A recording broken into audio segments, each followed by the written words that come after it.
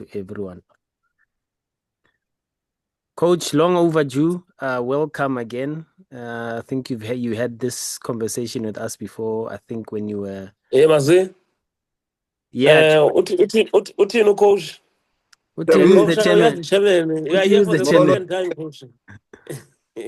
Coach, there's a request just to position your camera in the middle so that because you are slightly. Okay, wait. Yeah. Okay, let's try to do this. Okay, let me try and elevate it a bit more also. Yeah, just elevate it a little bit so that you are center. Is it better? It's not premium quality like your football, but you can elevate it a little bit more. That's a very subjective opinion. That many people tell me my football is not as good as I think.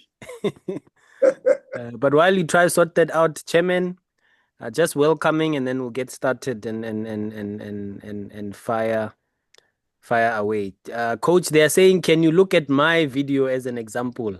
Oh, your level is too high for me, Mazola, with this technology. But at least the coach's one is not bad. We've seen worse. Yeah, much better. Yeah. Much better, yes. Yeah. Okay, Chairman, go for it. Coach, on our side, thanks, SG. I think it's just to welcome you and also thanks for the opportunity. I think when we were at Wydad, we've done this previously, and from our side, it's just also to ensure that when you guys have left the borders of the country, you are not alone. We are fully behind you. You can see how the guys continue to report on the results and all the developments at MC Alger and whatever is happening that side. So all in all, what we say is that we appreciate you, coach, and also we don't take this opportunity for granted. Thanks once again, and we look forward to having more of these, at least once in a quarter. And obviously, we look forward to see you in the Champions League. Congratulations on getting into the stage once again. No, thanks, Chairman, and really appreciate all the support. I try to follow as much as I can, and really the encouragement, the support, the criticism also sometimes, and it's important in life because this is what helps us to grow, to be better, to improve. And I just want to say thank you for what you do, not only just for me, but the South Africans that are applying their trade in the football fraternity outside the borders of the country. I see a lot of good work is done also by Fadlu. There's a lot of good work that is done by Bradley Canel. There's a lot of good work that is done by many of the football players also. So we appreciate your support. Thank you very much. Okay, Coach, we'll just fire away, and then I'll let the rest of the Safja members raise their hand for follow-up questions as well. Maybe just the lay of the land. How have you found Algeria? Obviously, coaching a giant there. And just to also inform the members, we've reached out to Coach Bradley Canel as well, Coach Fadlu Davids. They're also keen to have a session with us, so we look forward to that. But Coach Rulani, just an update on how you found. I suppose results are telling how you found it so far, but it's nice to hear it from the horse's mouth. Thank you. Yeah, I think it's a different terrain. Of course, I think if you read up about and you do the research of the league, not many teams have won the league 3-4 times in a row. So that tells you already about the competitiveness of the league. Normally, on average, the average scoreline in the league is 1-0. So if you look at the leagues, there's only one goal difference between the teams, and from that type of perspective, that informs you not necessarily just only about the competitiveness, but the quality that is the difference is very marginal between the teams, and also the physicality, the aggression, the verticality, and the counter-attacking prowess of many of the teams that sit in a, in a second zone, third zone in the low block, and really try to minimize and control some important areas of the pitch, because as you get closer to the goal, there's only one important area of the pitch, and the teams in the north are very well coached to be able to affect the game from that tactical perspective. And so it's been something that is very good for me, because my orientation, my perspective about football is a bit more from an offensive standpoint, and of course then I get every single week the opportunity to test some principles on how to play against a reinforced defensive block, a low block. And we all know as coaches that's probably one of the hardest things to do, and I'm actually very grateful that I'm in a league where I can try different things, whereas in South Africa maybe you would play against a low block on Wednesday, and then you'd play, for an example, John Matuka at Real AM, and he would try to have a go, and the game would be a bit more open, so you wouldn't get this sharpening of the tools, having to play Saura, for an example, on Tuesday, and on Sunday you play Al Bayat, for an example, and that it's a low block on Tuesday and a low block on Sunday.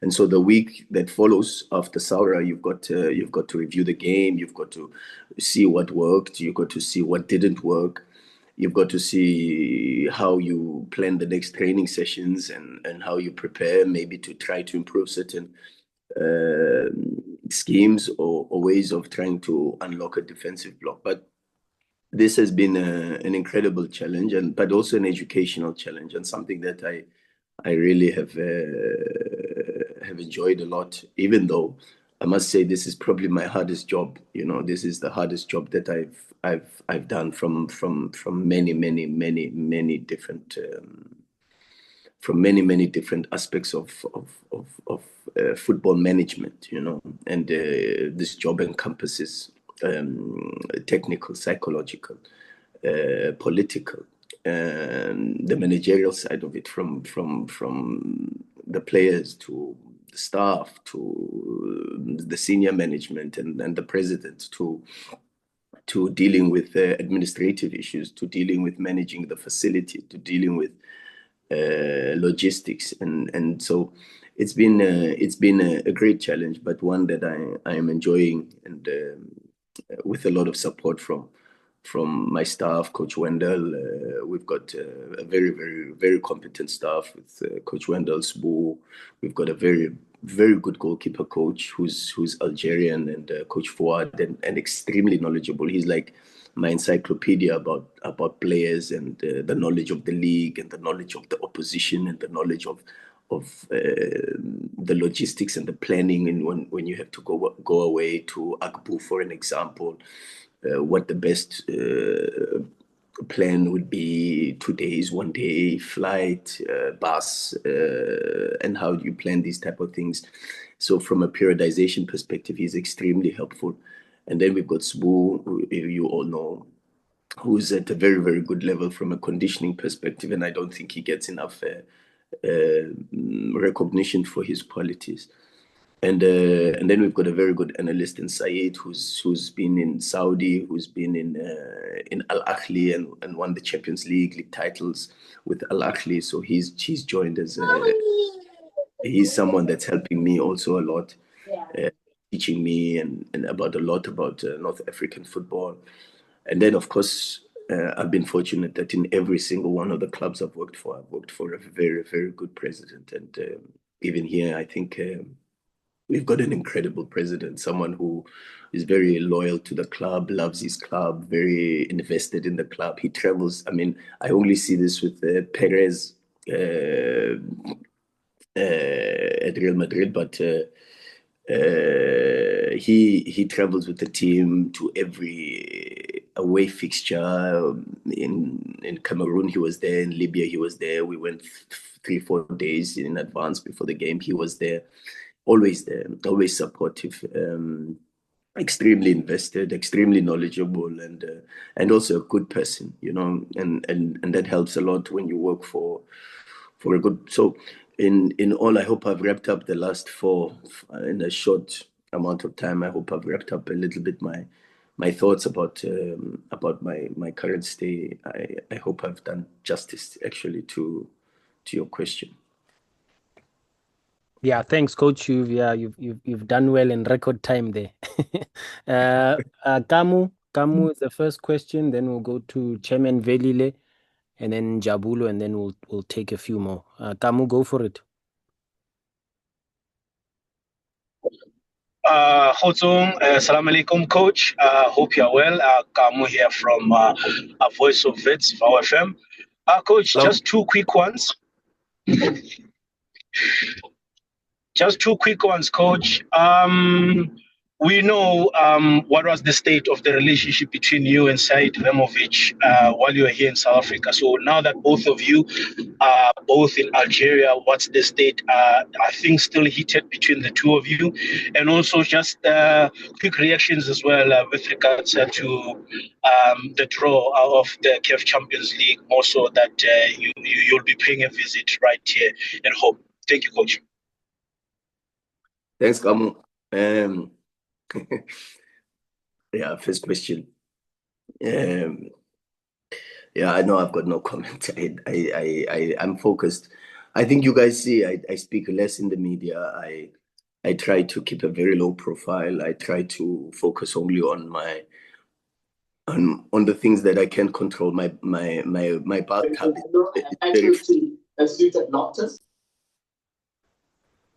My bathtub is extremely full, so I try to get rid of some of the. There's one thing I learned while I was here because I read quite a lot, and they call it mental fatigue, and how some of the best leaders in the world, some of the best presidents in the world, they try to eliminate things that put a lot of unnecessary strain on the brain in the decision making and the thought processes.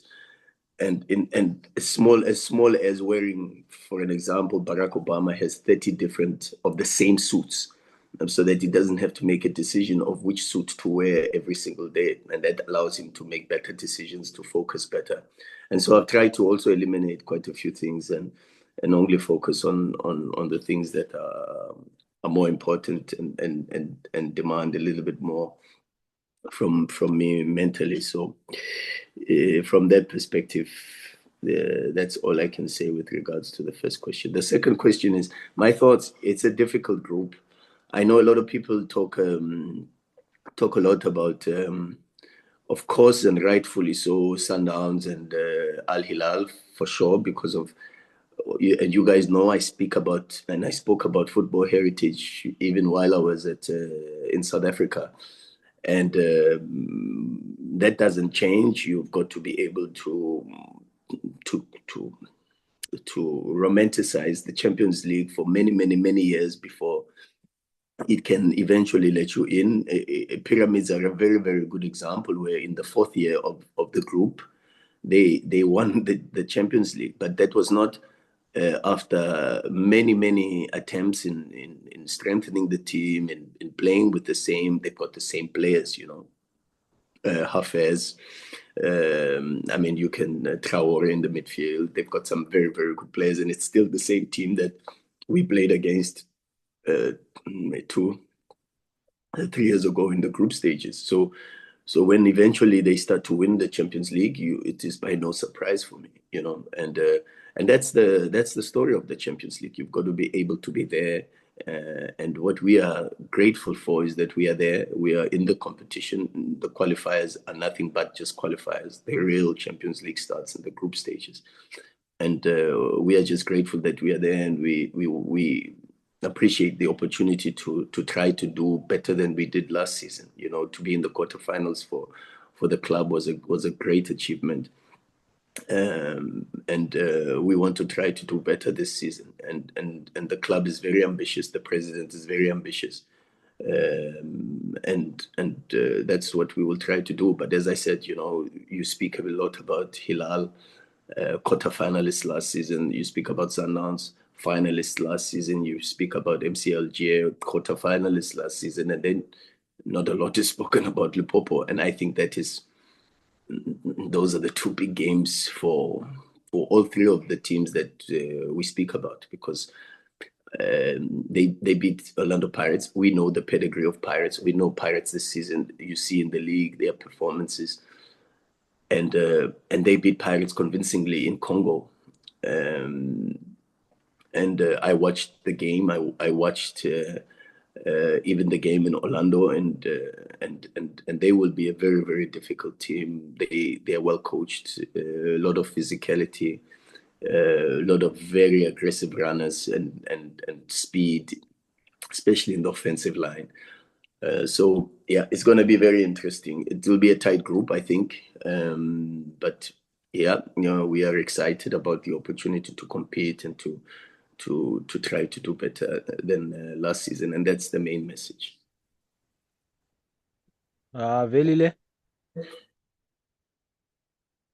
Yeah, thank you.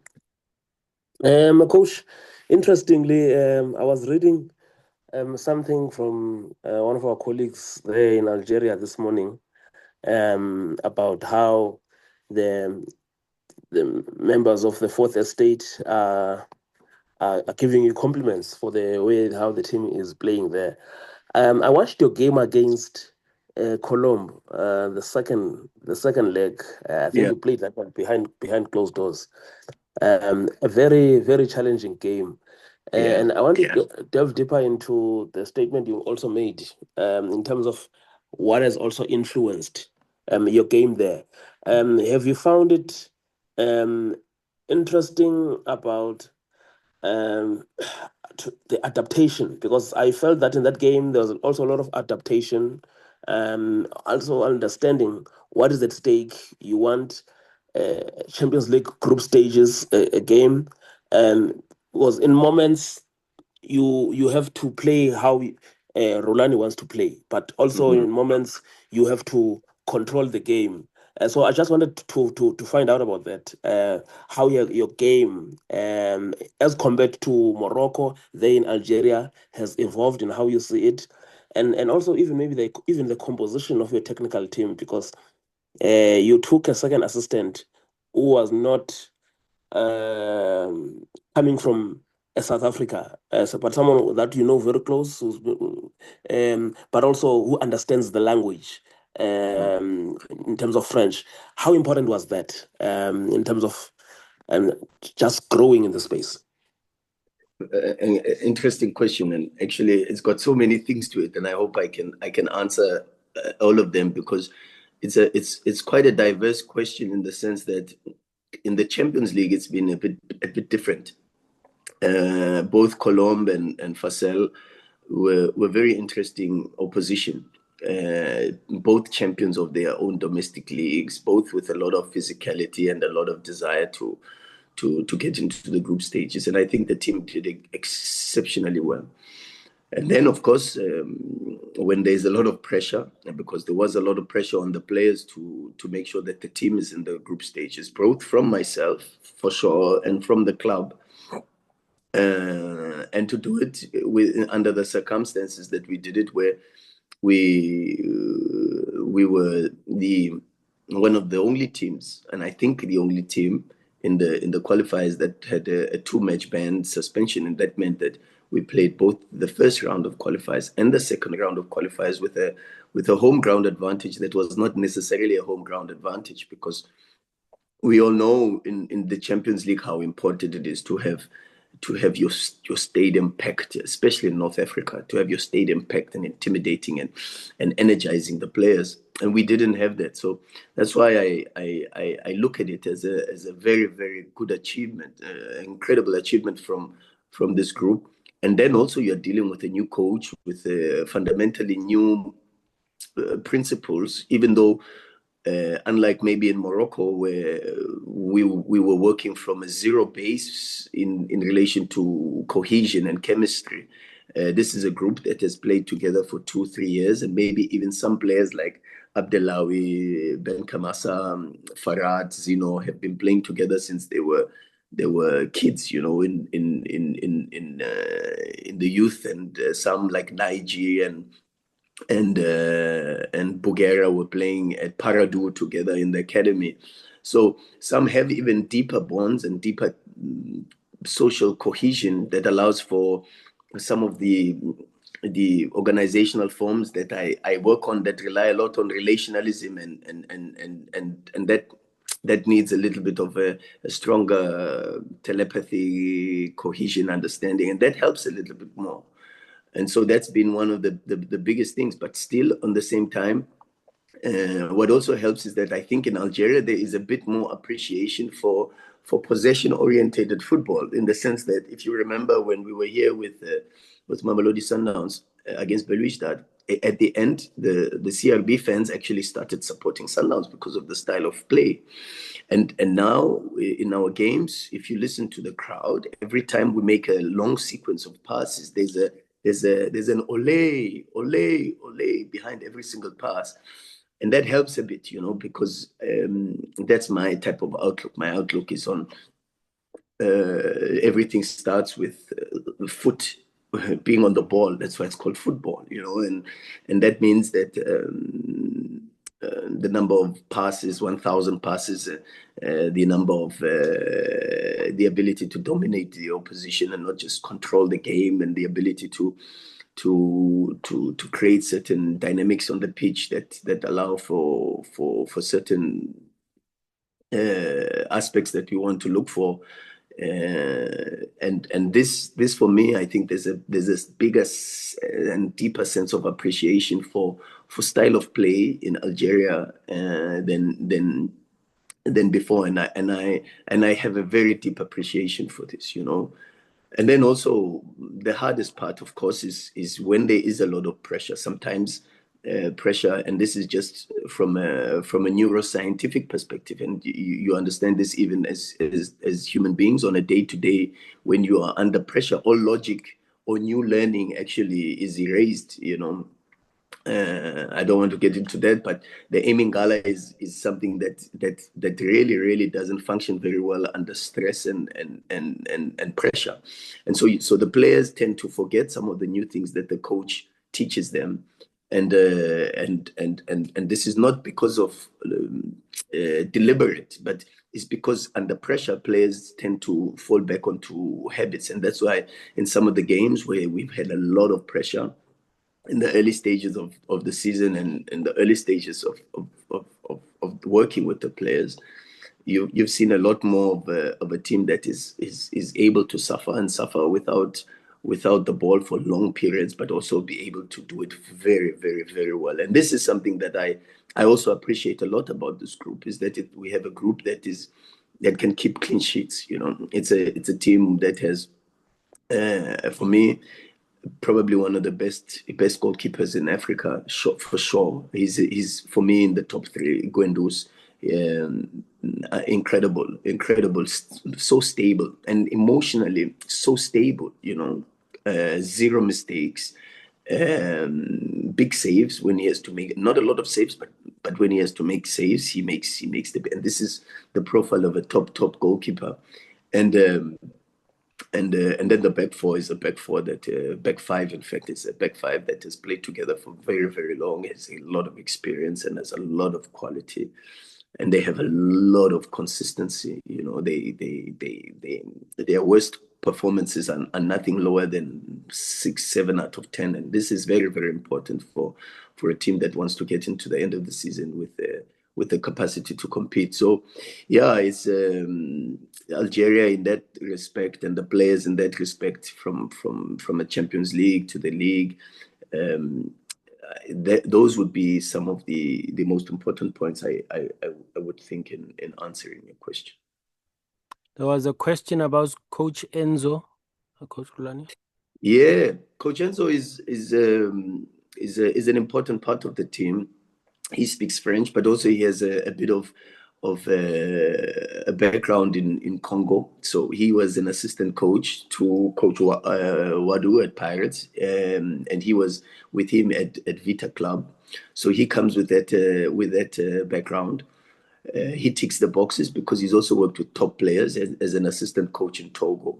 He's got the influence of Europe and many contacts and many knowledge and information that he shares, and we explore a lot together because he's got experience of also working in Spain, in France, in Belgium, and that helps also a lot with regards to how we study the game together and the modern trends together, and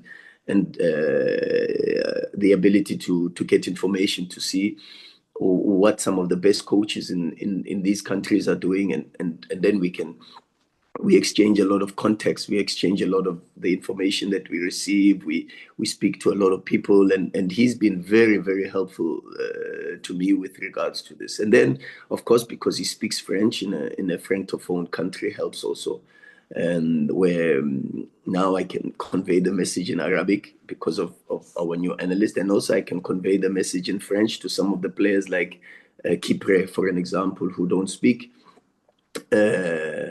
Arabic but speak French. Bangora speaks French, but this helps to be able to have a more balanced approach with regards to our communication. But over and above that, of course, as I said to you, there's a deeper knowledge share, curiosity is there. We develop each other, and I learn a lot from my staff and Enzo and Coach Wendell also, So yeah, he's very important, and he's someone that I'm actually very happy that we have in our technical team. Okay, moving on. I think Leo, you were next. There's a few more hands, Coach Rulani. So I hope you blocked out your schedule for the next 30 more minutes. Leo? Yeah. Coach, always great to speak to you. Your reunion with Mamelodi Sundowns comes close to a decade after your CAF Champions League success with them. It's fair to say South African football, I think, is in a better position than it was then. What would you say are the differences structurally between South African football now and South African football at that stage? And how much relates to the work that you were a part of both at Mamelodi Sundowns and also Orlando Pirates, where I'm told they did implement some of the structural suggestions that you made even after your departure? Yeah. Good question, Leo. I think there's been a lot of very good work being done, and you look for an example and it might be really small things, but there's more trust in the youth.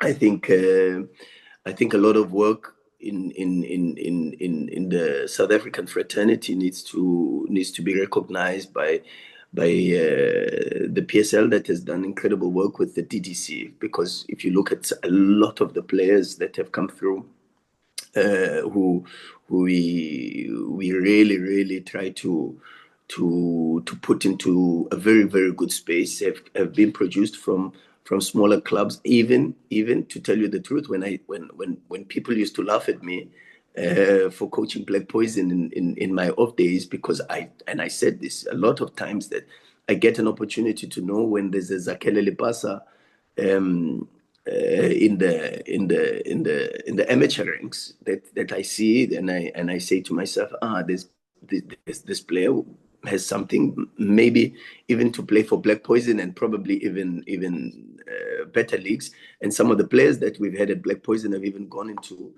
professional football. You see a lot of players, like for an example, Tito Maswangai was a player that was playing I remember watching him in a tournament in Tembisa.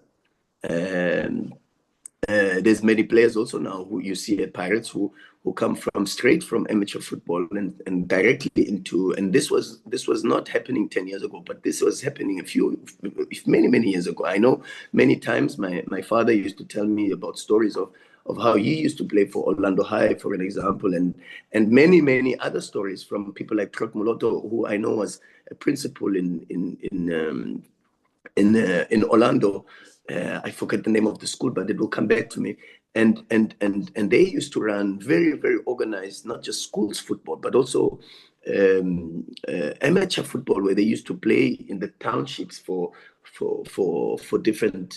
Pefeni would play against Orlando East, for an example, and these type of games is where they found so many of the superstars. And so I think there is a sense that South Africa is moving into gradually a space that is very good formation for football players. And maybe what I would like to see more is a bit more of street football returning, and a little bit more of professionalizing futsal and this type of game forms, because if you see some of the best countries in Africa in this moment, the nations who produce very good players, it's not just from and having very strong academies, but also the players play street football. The kids are still on the street, and they are playing and exploring and problem solving, and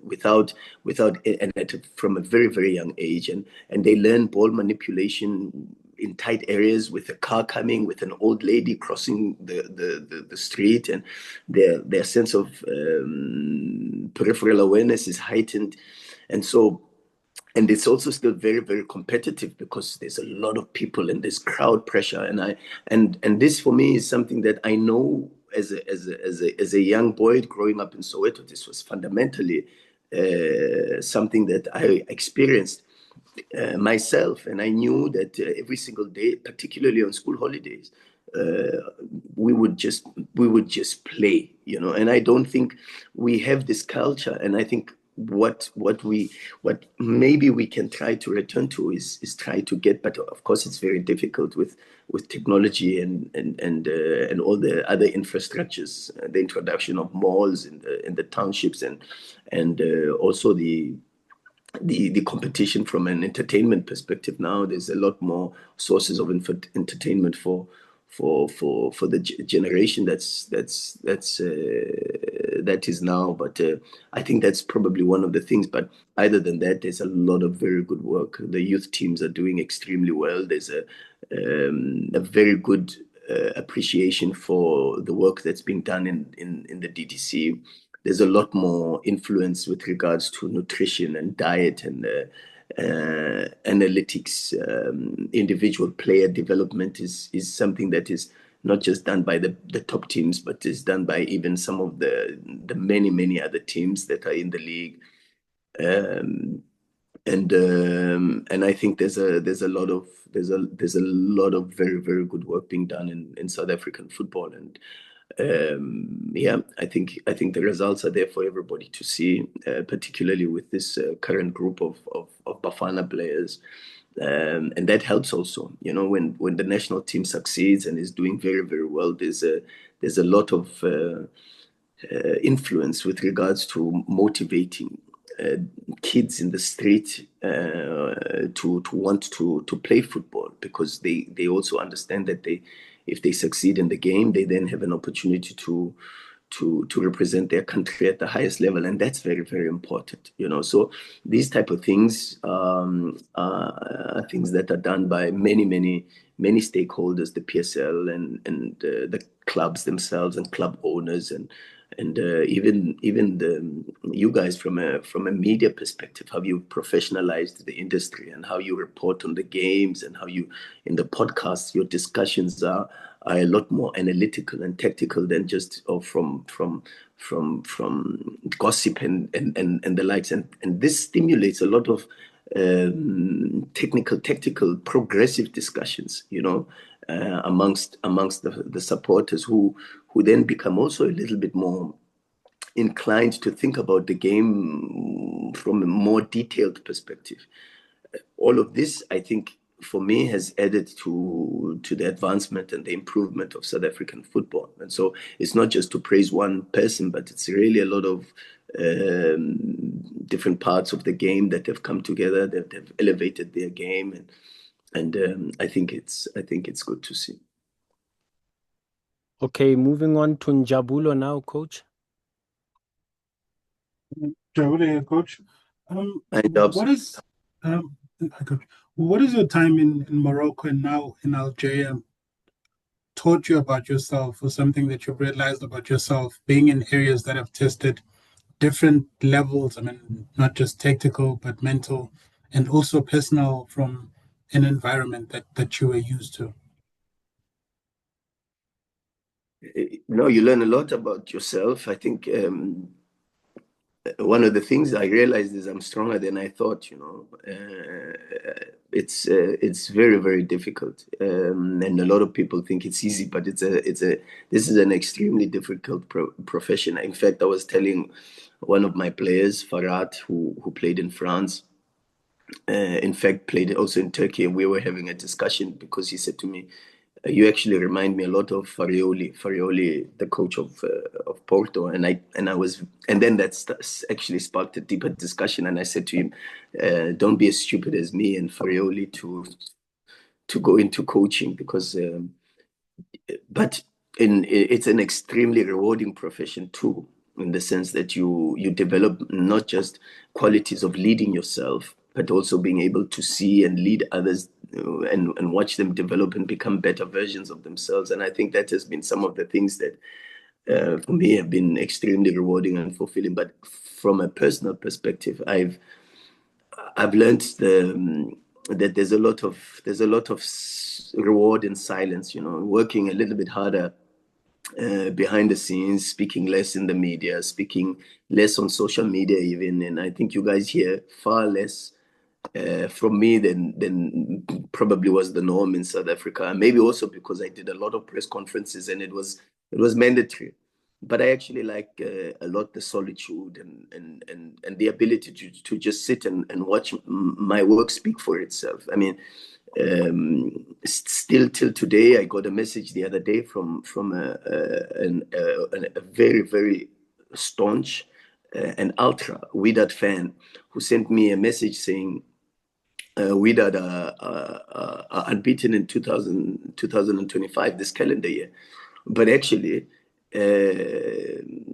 I think 5 plus 7 is 12. So 12 of those games, and I'm not so sure how many games in total that is, but 12 of those games come from our run of results, where we won 5 games in a row at the beginning of the year, a winning streak that was never repeated once again. And 7 draws that followed after, which is where all the pressure then ultimately came from. But those games where we were 12 games unbeaten laid an incredible foundation for what we see now. And this was recognized by an ultra, someone who used to send me a lot of messages of encouragement and support while I was in Wydad. So sometimes, and then you see the results of MC Algiers since the beginning of the season. So sometimes you're quiet about your own achievements, but you let those speak for themselves. You let the results speak for themselves, and of course you have a portion of the population and some people who befrown some of our achievements, but it's difficult to ignore when the results are there, and that is something that I think I've learned about myself, that I don't always have to speak. I don't always have to defend myself. I don't always have to focus on things that will not help me to become a better person. I can sit back and just work extremely hard. And I always say I don't think I'm the best coach in Africa. No, I don't think so. But I can tell you that I think I'm the hardest working coach. And that I think is something that is a weapon of mine that I've got to trust more, than my mouth, I think that has probably been my biggest takeout and the biggest change in my personality over the last year or so. We've got another one, coach, from Rob Delport, and then we'll after that we'll take one from the chat here because I think Sebastian is not able to ask the question via audio. Rob, you can go for it. Thanks, Mazola. Coach, thanks for the opportunity. Also, just a personal thanks for sharing some of your coaching philosophy with Moritz recently for the column. But what I wanted to ask you it was only really 8 years ago that South African players and coaches broke this North African barrier when I think Mkhlambi and Lynx went to Egypt. What has the shift been? And were there any preconceived notions about South Africans, perhaps, that they had? And what's changed? Thanks, Rob, and it was only a pleasure. I honestly, I don't have the answer to that, and it's okay sometimes not to have the answers to that. Were the preconceived conditions? I think they were, but I'm not so sure whether I am the right person to speak too much about those, because I faced quite a lot of those more so in Morocco than in Algeria. Algeria, I think there is a bit of a very strong appreciation for South Africans. And I would think it's because of the very close relationship politically between Algeria and South Africa. You see quite a lot of one of the biggest stadiums in Algeria is called the Nelson Mandela Stadium. There's a Nelson Mandela Drive. There's quite a lot that is associated to South Africa and to our late state president. And I think from that perspective, that allows for us as South Africans and myself, even in particular, to be given a bit more respect from a South African, person, But I don't know. I don't know. There's for sure there's a shift because you see it with regards to the players. I think Coach Pitso had a big influence in that. His success with Al Ahly was probably the door opener, and not only just the success on the pitch with regards to what he did in the Champions League, but also with regards to his work and his conduct as a professional coach, and his ability to manage a big changing room at that time showed that South African coaches do have the capacity to manage in the north and deal with the pressures of managing big clubs with a lot of pressure from the fans in the north. And so Coach Pitso for sure deserves a lot of credit for opening the way, and I was fortunate enough to have worked with him for many years. And so I know the man, and to be honest, I owe a lot of who I am today to him, so I think from that perspective, I could say that was one of the biggest things. And I think also, again, once I say the success of the national team, the success of our players, the ability to dominate games against some of the North Africans, to do well in the previous AFCON, I think that also helps a lot. But for sure, even from a diplomatic perspective, the political relations between the countries also helps quite a bit. And maybe we don't speak a lot about it, but I think there's a lot of diplomacy between South Africa and Algeria, for an example, and I think that also is a big influence. But I don't know. Maybe there's a bit more to it. And maybe I'm not the right person to and that's also one thing I've learned about myself, is that it's okay not to have all the answers. Okay, Coach, there's a question in the chat here from Sebastian. He wants to know, I think you've touched a little bit on this, but It's more the second part of his question. He does ask, how are you settling in terms of the language and the culture in Algeria, but also what are the expectations from the club this season regarding the league and the CAF Champions League as well? Expectations is to win every game, win every match, win every training session. This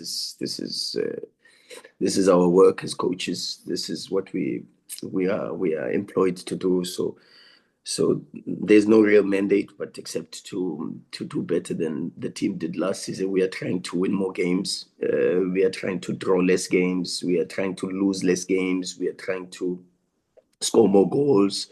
The team scored only 39 goals last season in the 30 matches. We haven't really improved the squad offensively in the way that we would have liked from a personnel perspective, and so we are trying to improve the squad from a playing principle perspective offensively. And even though our XG is extremely high, I know we've only scored I think 9 goals this season in the league. But if you look at our XG, it's the total XG of all the games is something close to 20, for an example, and it's not even reflected in the number of goals that we've scored. But we are creating more chances. We are having more attempts in the final third. Our analysis tells us where we can, of course, improve. But it's still very early days, and it's a message I've said before. It's a message that I say to the players even now. There's no league title that has ever been won at this time of the year, but what you have to do is to make sure you don't lose the league title at this time of the year. And it sounds cliche, and you hear it a lot. You heard it a lot from me when people, Mazola, for an example, was saying, give them the league title, and it was November. And I would rebuke this because it's still very early. In eight matches into the season, you've got to continue to just work and grind, and we have this picture of a competitive horse that has its blinkers and blinders on the side, and this is what we try to be. We try to be focused only on the progress that we have to make and the direction that we have to go through, and try to limit the vision of the distractions and the noise, whether it is positive or negative, and try to stay on course. And this helps us a lot, with maintaining the levels of humility and perspective. So that's with regards to the work that we are doing and adapting to the league and what we are trying to do from a mandate perspective. The adaptation is good from a social perspective. I think my time in Morocco helped a lot. There's a lot of similarities culturally, socially, even from a communication perspective with regards to the language.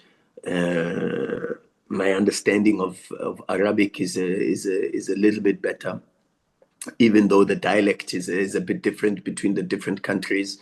There are certain pronunciations,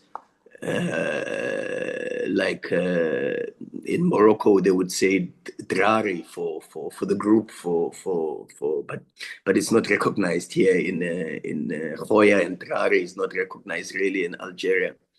And so you learn different dialects, and even though there's the core of the language is a little bit the same. The food is very similar. The people are extremely warm and very passionate about football. Extremely passionate. For them, football is everything. Is number one, and their team is number one, and this is a very infectious passion that one picks up from being here. But yeah, that is very interesting. That yeah, one is really enjoying learning about the new cultures, learning about new worlds, the climate, the people, the languages, is something very fulfilling. Coach, we still have a few more questions, but I just want to gauge how much more time you're giving us. I had counted us until up until when you logged in, which would have given us about an hour. So we've got 10 minutes of that left, but I don't know how much more time you are willing to give because there's quite a lot of hands still. But I just want to get your permission first. Yeah, let's try push for as much as we can. Okay. But let's Okay, see. let's see. Okay. Yeah. On that note, Vuyo, you are next.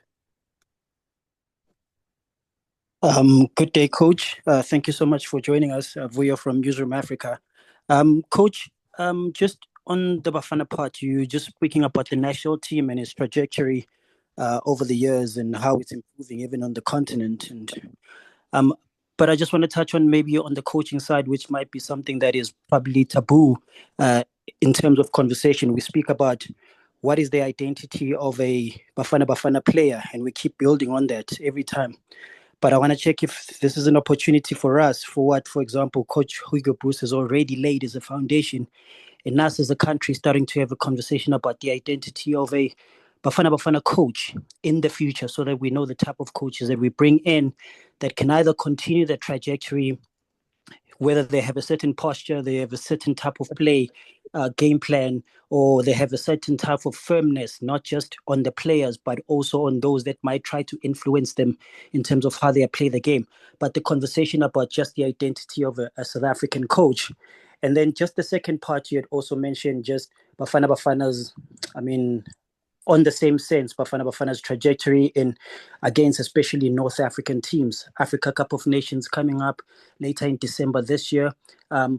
Again, North African teams will be the teams that you actually, maybe most of the teams are going to be watching and trying to fight against because they are very strong. Having players that are already playing in there, a player like a Thembinkosi Lodge, how crucial is he for somebody who has the knowledge of the space that we're going to play in, the players that are playing in the North African side, for him to be part of this Africa Cup of Nations for Bafana? So just two of those questions, Coach. Thank you so much. Will, you know how you've packaged your question is very, very interesting. But I'm not going to fall for the bait because I think you raised some fundamentally very good questions. But I know that if the comments come from Rulani, it's very, very easy to be taken in a different direction. What I can say is I think in this moment we've got a head coach in Hugo Bruce who is doing a very, very good job. I think he's done incredibly well for the country. He's done incredibly well for the players. There's a very strong sense of trust and a good rapport between him and the players, and that's very, very important at this level. And I think we've just got to continue to go in the direction that he has chosen. It might not necessarily be a direction that I, for one, agree with, or maybe you agree with on many, many aspects. But I think with the success that he's had, he's worked to deserve a little bit of the credit to make certain executive decisions that we might not all agree with, but I think in the success that he has had, I think he deserves to continue to lead us the way he has been leading us, and to receive all our support, because in the end, the most important is that the nation succeeds, and it is a nation that we cannot tomorrow decide to forfeit our citizenship. You know, we are. I can stay in the north for as much as I want, but I will always be South African. You know, and that, I think, is the most important for me, is to continue to support the coach and continue to support the boys, because what they are doing as a country is incredible. But that also doesn't mean we don't appreciate the work that is and the efforts of some of the players who might not necessarily be in the Bafana fold now. But you know, in football, anything can change at any time. And for Lodge, he just needs to have a look at Themba Zwane as a source of inspiration, because Tembazwane was in the same position as that he is in at this moment in time, just a few months ago. And I remember saying to Mshishi, you've got to be so good, so good that it's difficult to ignore you. And that's exactly what Mshishi did. Tembazwane was so good that even though the coach at that time felt that he didn't want Tembazwane for reasons that we had to respect for sure, also because he mentioned them, and also to the credit of Hugo Bruce, he mentioned that that was one of the things that he felt in the earlier parts of his reign as a head coach he had gotten wrong, and for a coach to say this publicly, you've got to also give a lot of credit to Hugo Bruce for this. And so that means that if he could rescind his opinion about Tembazwane, I think for sure if Lodge continues the way he is doing, I hear very good things from Widad, from the president, who I speak to quite regularly, about his conduct and about his professionalism, about his performance, about his character in the change room. If he continues like this, for sure, I think there's a lot of possibilities for him to be re-inducted into the Bafana fold. I've tried to dribble around your question because it's a bit of a banana peel. Thanks, Coach. Caller, go for it, Laurent.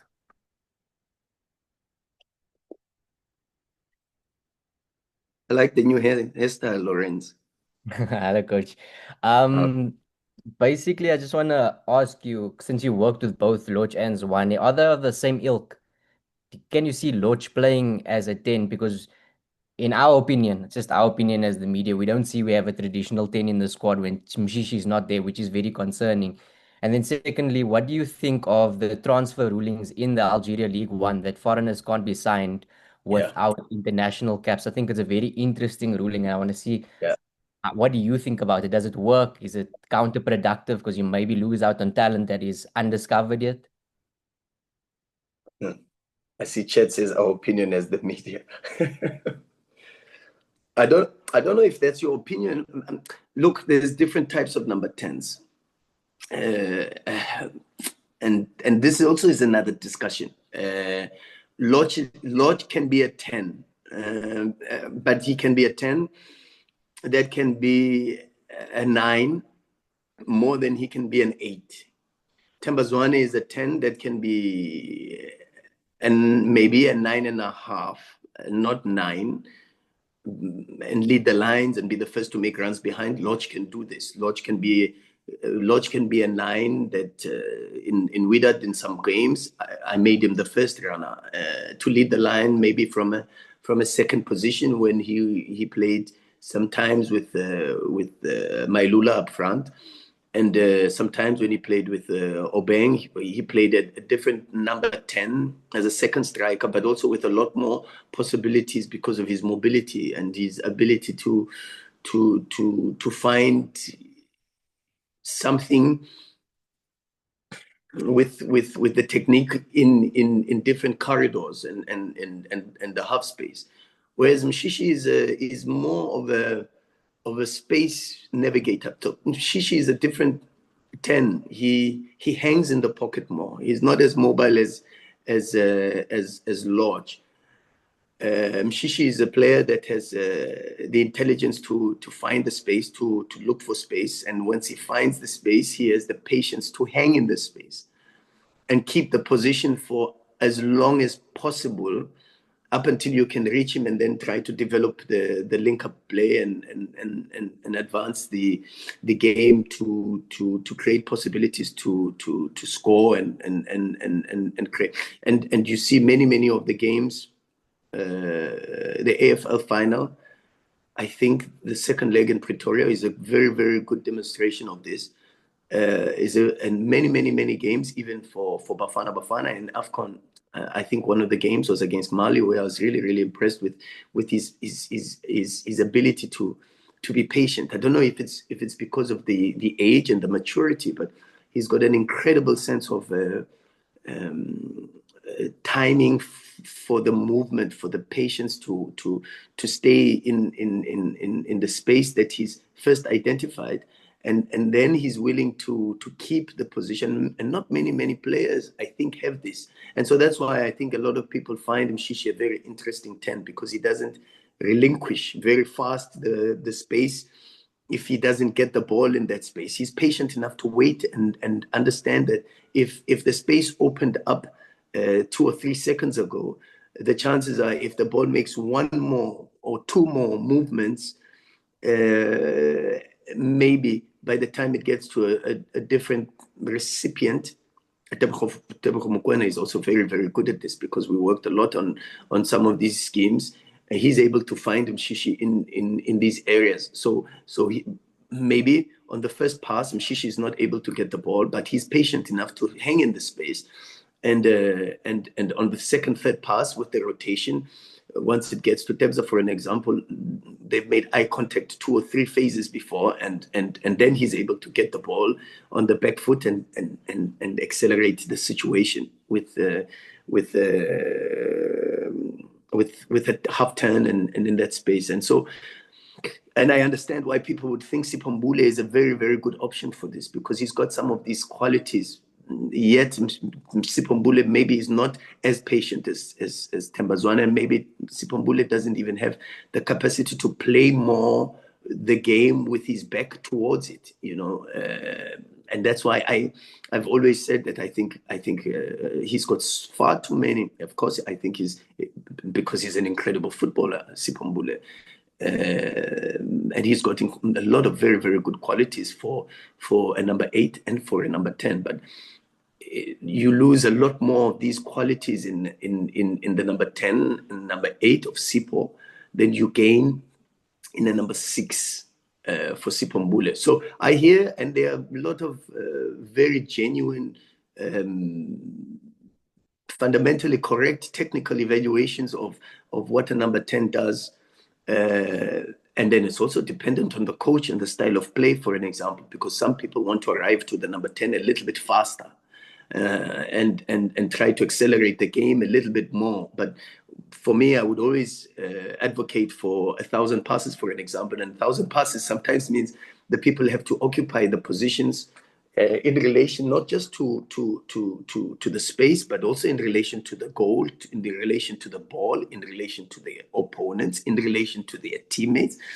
And then also the number 10 has to have a relationship with the referee, And my players know what I mean when I say you've got to have a relationship with the referee as a number 10, because there's a lot of indicators for space. By just understanding not just the referee, but also the assistant referees. And so these are things that Tambazwan is so good at. Is so good at. But Lodge is good at these things too. But they have then fundamentally different characteristics in their genetic makeup and their understanding of the game, because Lodge has a bit more of a left foot, right foot turn that's able to advance the play from a more of a wide perspective. Lodge has this natural functions of a winger, whether inverting or from the left hand side, or whether staying on the line a little bit to then try to find possibilities behind, which earlier in his career he was incredibly good at when we had him at Pirates. And so when you take these type of qualities and you put them in the central areas of the pitch, he becomes very dangerous and extremely useful for. But again, as I say, it depends on the coach, and also it depends on how you want to adapt your schemes based on the type of players that you have, and in Wydad I had a different number 10. I had in Algeria I have a different number 10. Zakaria Naiji is a 10, but is a 10 that a little bit also like Mshishi. He can stay in the pocket a little bit more, even though I think maybe doesn't have the patience of Mshishi, because some tens die when they don't touch the ball a lot, and so then they vacate the space to come closer. And you find this with Sipumbule a lot also, that in the 10, when he doesn't touch the ball, he dies, and his influence and his confidence and his body language, you can see if for a long time he doesn't touch the ball, he doesn't feel like he's contributing to the performance of the team. So I like this type of story, and I know I go on and on about the technical discussions, but I like these type of discussions a lot because also they stimulate me to think about certain things and certain ways of football. But yeah, it depends. I think there's a lot of players that can play the 10 role, but it also depends, of course, as to what type of players you put them around. So Kabelo Dlamini is an incredible number 10 for me also as an option. And he does very, very well with a striker like Tsegofatso Mabasa, who's link up and who he can find with the pass in and around the box for the final. I think there's a goal that Pirates scored against Lupopo, actually.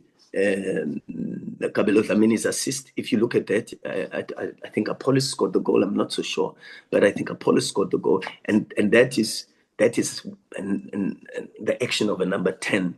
In the qualities that Kabelo Dlamini can possess, in that position. So there's a lot that you can discuss and talk about, and you have a lot of options. We are rich, fortunately, we are very rich with this type of technical qualities in South Africa, and I don't think we should be really, really worried about who should play in that position, although there are so many qualities that Themba Zwane possesses that make him elite. One of the best in Africa, and of course, then you've got to respect that and understand that even though you might not replace him, but you can probably get a player to function as a number 10. But of course, then you've got to think about what type of striker you have, what type of offensive schemes you want to develop from him, and then what type of progressive measures you want to influence from a movement perspective fundamentally around the offensive phase of the game. So it's a very, very interesting discussion, actually. So yeah, I hope I've answered it, Lorenz. I hope I've answered it. I hope I've answered it for you. There was you did another one thoroughly. there. Oh The yeah, transfers. yeah. That's Yeah. the bet. Oh, very interesting question too. Yeah, thanks, Lorenz, for that. I don't want to sound critical because I don't have the basis of where there's always context, where does the rule come from? There's always context, and I would assume that the people responsible for the football in Algeria, they make the rules for the benefit of the football in the country, and so to be overly critical of it would be, I think, immature from the sense that I don't have enough knowledge and I don't have enough time in the Algerian football to be able to comment on it. It is a little bit of a surprise. There were many players that we could have brought in, and not just only that, but also the restriction to only having 4 foreign players. Which I also think I like a bit more than the age restriction, and also the fact that the foreign players must have certain number of caps. I like that a little bit more, and I think maybe those could have been a bit more in within that regard. But maybe it's also, when you look at the average age of the league, maybe it is to try to, in the short to medium term, is to try to address that. If the players that are given opportunities, and maybe not enough youngsters are given opportunities, and maybe the country wants to try to advocate for more usage of Algerian youngsters, and there's absolutely nothing wrong with that, because in trying to keep the Algerian game alive, maybe this is one of the measures that they thought would technically have a greater influence. And even though, of course, I think it's an extremely challenging rule, and it prohibits quite a lot with regards to the recruitment. But yeah, it's one that I would think that there's a lot of research and thought processes that have gone behind it to making it, and without proper context, it's very, very difficult to give my opinion on whether it's correct or not. I can only express the challenges that I found in the previous window, in trying to improve the squad and recruit the right type of player, because sometimes sometimes a player like Loch, for an example, would have been a player that possibly would have come to join us, but was unfortunate because of the legalities and the laws that prohibited us from trying to explore that possibility. We are into sudden death now, coach. So Yeah. you will give me an indication when you've had enough. Push I'm gonna, for 10 more minutes, and then it's chai. but don't chow that 10 minutes No, I will be very of you short now. talking. Can it be Yeah, 10 sure. minutes that includes a few questions? Sure. Sorry. Kamu Hello from Sokala Duma, go for it. Coach, thank you for your time today. Thanks, You Kambo.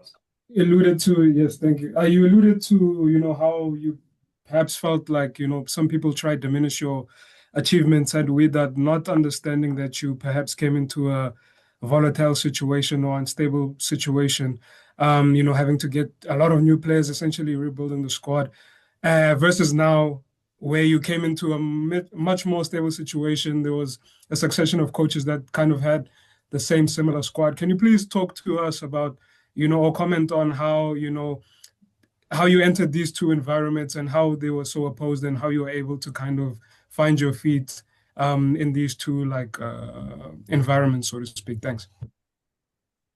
Come on, Mazola has said I have to speak less for the next 10 minutes. And then you ask me about both Widad and MCLG. And, it's Widad was very interesting, but I think we met so many objectives, to take a team from number 6 to number 3, to take a team that had no financial means. And I say this because I know what happened. I know that we had to exhaust all the finances, and I spoke to the president of WIDA about this not so long ago, to be honest, and he called me to say congratulations for the work that you're doing, and then we had a very long discussion. He's an incredible man. I have so much respect for Aidman. But the money that he invested into the club was also to pay off the FIFA ban. And when he paid off one FIFA ban, then we found out that there was another FIFA ban that was a case that was, FIFA also doesn't deal with all the cases at one point, and so then there would be and then we had absolutely nothing with regards to recruiting players, and there was a need to recruit players because all the players had left. All the players had left. We only had Jamal Harkas and El Moti. And so to rebuild the team, a lot of people said, he can never rebuild the team, but to rebuild the team and finish number 3 in a season and do it the way we did it with the challenges that we faced, go into a lot of the games, even the last game of Olympic Safi, for an example, which was an incredible match for us. But we got a red card. In 2 minutes, we got 2 yellow cards. We got a goal that was an equalizer in the last minute. But the player that scores the goal, you see from the corner kick, if you watch the review, is a player that actually left the pitch. And if there's VAR, VAR should then pick up that the player then left the pitch, then re-entered the pitch before the ball was then delivered, and without the permission from the referee, then scores the equalizer. And that was the last game that finished in a 1-1 draw. And then that was the seven draws that everyone is talking about. But I tell you, I am that is probably one of the most the hardest achievements and most fulfilling achievements that I will ever cherish in my career, because the circumstances we did what we did, the work that we did behind the scenes, the where we took the club and where the club was. And now I'm very, very happy to see that the foundation that we've left. I see Mehdi Benabid is so important for that team, the goalkeeper. And that was another signing that even behind the scenes, I had to work very, very hard with the president to convince even the president at some point. I remember having 3 or 4 meetings to say, he is the one. We have to bring him in. And it was a complicated transfer because FAR Rabat was not using him, but they considered him one of the best for sure. And now he's in the national team, but he's so important. And that recruitment is an important one in regards to the cornerstone of the team that is there. Bushta at left back, I see his performances. Mufid at right back, even for the local Chan team that won Chan, Mufid was one of the most outstanding players. His evolution and his growth is something that I am still very proud of. We all know Aziz Ki. I concluded the deal even before I had left for the Club World Cup with the president. And we worked very, very hard to try to get that over the line. It was also another complicated transfer that needed a lot of interrelational and because we had a good relationship and we still have a good relationship with the president of Yanga, it was something that we had to work very because they also didn't want to lose their best player, you know. And so I see Aziz Ki's performances, I see Tembikosi Loch's performances in that team, and still there's many other players. But so to have built a team that has now laid a very, very good foundation for what is happening in Wydad is an incredible achievement, apart from just even the results. You see the results now have been something that have been built on from that run of games where we were unbeaten and so there was a very, very good foundation that was left there. And so the circumstances were different and for sure the job that I had to do there was a lot more different as opposed to what I was used to, and I think we succeeded a lot, and we ticked a lot of boxes and achieved a lot of things. The club is back in Africa after 2 years of not being in the African competitions, and the club is now again, and also thanks of course to the Club World Cup and the financial resources and also the marketing that's unbelievable. And then you have MC Alger, who they had two very good coaches. I was able to get the training sessions for the last 2 years. Boumel did a lot of very good work in his preseason, in instilling some very, very important game principles in and out of possession for this team. The recruitment for the squad has been very, very, very good. Recruiting Halamia from Belgium as for me a right back that should be playing in the national team and for the main national team, not just the Chan team but the main national team. Abdelawi, the captain, the main national team player, left foot centre back, ranks amongst one of the highest passes in the league. Ranks amongst one of the best defenders in duels and interceptions in the league.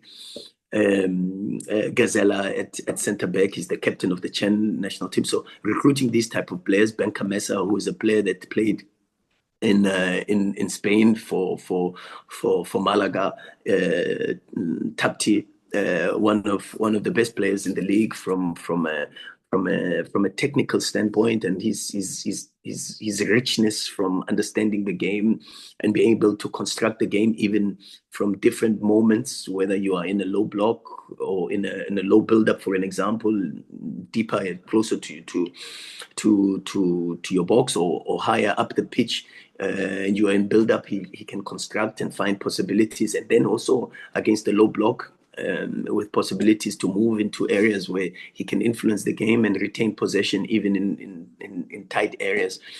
Tapti is one of, and then there's standout performances from young players that we are giving opportunities to some players here that are 16, 17 years old. Daniel, we gave an opportunity to a 17-year-old that's playing for the national team, the junior national teams in Algeria, something that has not been done quite a lot in Algerian football. So the context and the scope is a lot more different. The two jobs demand two different personalities of coaches. And as I say, this job is is one that where now is to push a group that has been built over time by two very, very good coaches. Benyaya, I think I watched also a lot of his training sessions last season from the previous analyst, and in just trying to understand the culture, the application and the attitude towards training. And that helped me a lot also to understand what principles were embedded in the team from a training perspective. So the two jobs, as I say, the two jobs demand a completely different Rulani, and sometimes as a coach, you've got to try to be the coach that the group needs, and I'm trying to develop myself into a different coach as per the demands of the job. Yeah, Kamu, you killed us, man. But the coach will take last one. Unfortunately, colleagues, I see there's still more hands, but we won't get to it. Otherwise, we'll finish this at 2 o'clock. You you know Mlungisi. Togozisi Dube, please take us home. Only if it's a football question. Of course, Coach, it's a football question. Thank you. Greetings, Coach, and thank you so much for the opportunity. Coach, yeah. Look, Coach, I think mine is quite straightforward. Obviously, before you took this job, there was quite a number of offers and interest. I know for one, Younger wanted you as well. What convinced you to take the MC Alger job? Champions League.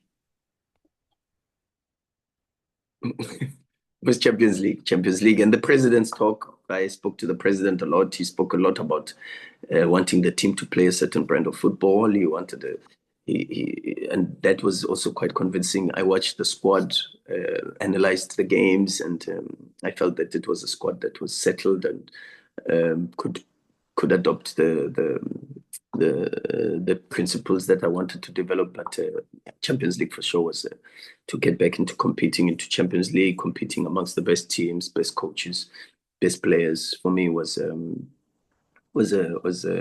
big motivation. And even though we had offers from as you say, some teams that were also in Champions League, but this was a very appealing. In fact, it came at a time when I considered taking a sabbatical.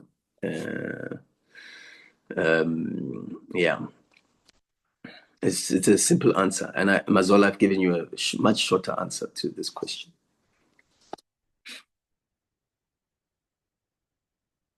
This one perhaps needed a longer answer, but anyway, it is what it is. Thanks, Coach. We appreciate your time and all the best with your work there in Algeria. We'll see you soon. I'm sure you have the dates of your homecoming. I'm sure it's been confirmed. I think I saw a fixture list floating around sometime next year, or is it in November? Sometime next year. Yeah. Okay. So if we don't see you at Valentine's Day, if we don't see you at the AFCON, we'll see you in South Africa when you visit for the home leg of Mamelodi Sundowns. Thanks again for your time, Coach. We will look forward to catching up soon. Thanks for your time, and thanks again for your patience and accommodating me. It was nice to see and listen to some familiar voices once again. I've missed you guys and your deep thought processes in the questions that you pose. I thoroughly enjoyed it, and thanks once again. Thank you, everybody. Cheers, everyone. Cheers, Coach. Yes.